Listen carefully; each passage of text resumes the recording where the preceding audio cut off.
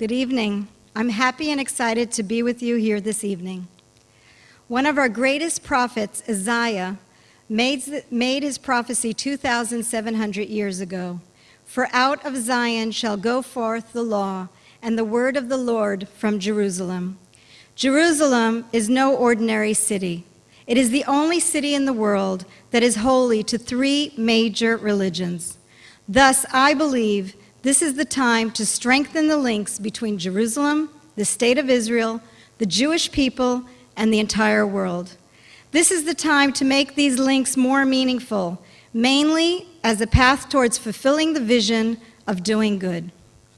My vision, the vision of doing good, is simple, and I believe with all my heart that it is a vision in which we can all connect and contribute. We only need the faith that through doing good things, choosing good words, good feelings and deeds, we can strengthen and multiply the good in the world. The Jewish tradition can be summarized simply in these words: love your neighbor as yourself. Most of us feel the change, shedding old patterns, liberating ourselves from the old, and shifting into the new. 2012 is a critical year for humanity, a turning point. The potential for this transition springs from the fact that we are all longing for positive change. But for this change to take place, we need a critical mass of people who are motivated by good energy and a good, genuine desire for positive change. If a huge number of people start to think good, speak good, and do good, it will bring goodness into the world. As I see it, the change must be expressed by creating a new reality, a reality in which the dominant concepts, the ones that direct our thoughts and our deeds, change. A new reality of unity, love, friendship, brotherhood, and compassion. But first, we need the ability to accept ourselves and at the same time accept others, their differences, their uniquenesses, and the fact that we are all human beings. We are all part of humanity. We are all one.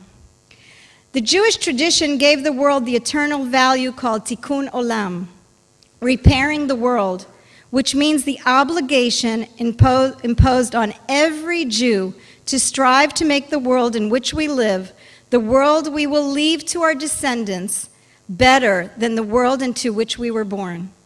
Within the idea of tikkun olam are basic values such as mutual responsibility for one another and the obligation to help those who are in need. I believe that if we all connect with the vision of doing good, it will serve as a way of fulfilling tikkun olam and will move us closer to the vision of the Jewish people and the state of Israel becoming a light unto nations. I once heard Shimon Peres, the president of Israel, who will be speaking to you in a moment, say, "Governments have borders, businesses have no borders. Through business and philanthropy, we touch the lives of people, bring about change, and generate real returns in our both human environment and our natural environment. We work towards creating a better place for all of humanity. We can do good and bring good into the entire world." The Ted Arison Family Foundation, which is headed by my son, Jason Arison, the third generation to lead the foundation, works to do good in society and in the community. We are continuing our decades-long family tradition of giving and listening to the needs of the community with the aim of leading a transformation of the social environment. Each generation has its own viewpoint and its own uniqueness, and it's very important to remember where we came from and what our tradition is, to recall our values and our history.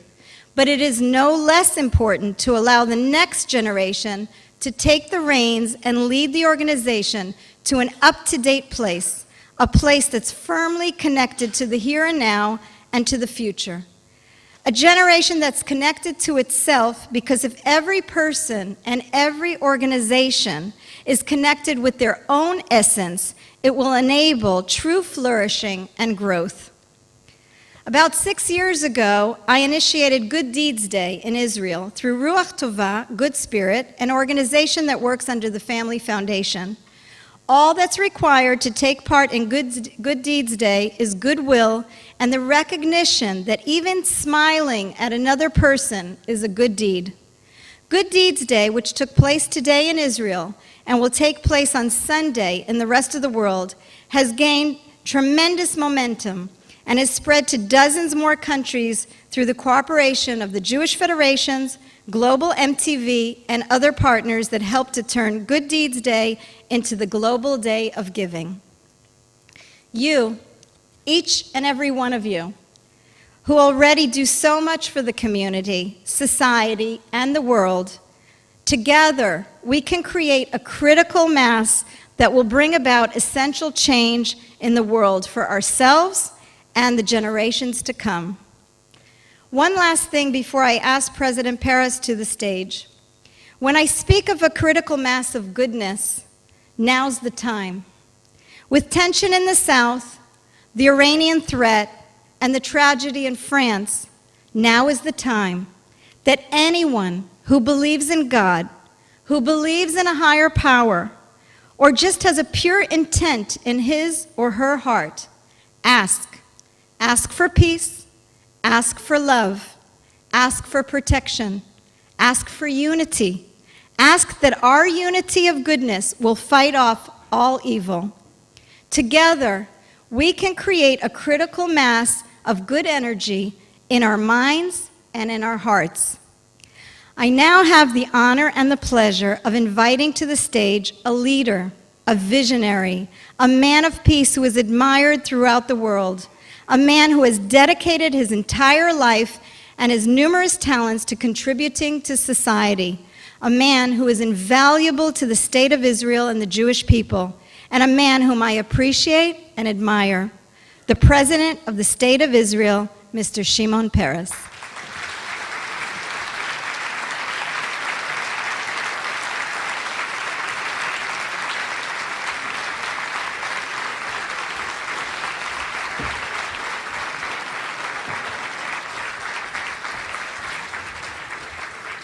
Thank you, Sherry. To do good day is a brilliant idea. I think it is so attractive that maybe we have to think to make every day a good do day all our life.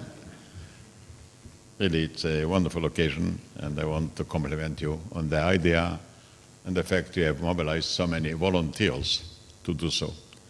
My office today was totally at your disposal, painting different things in Jerusalem. I hope they did good.